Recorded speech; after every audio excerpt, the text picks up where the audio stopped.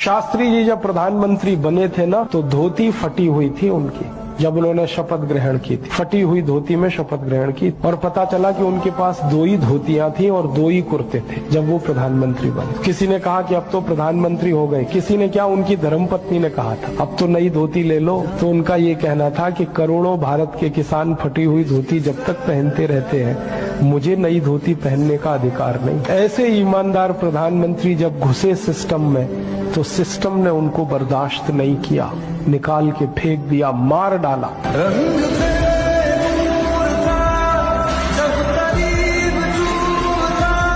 शास्त्री जी जब प्रधानमंत्री बने थे ना, तो धोती फटी हुई थी उनकी।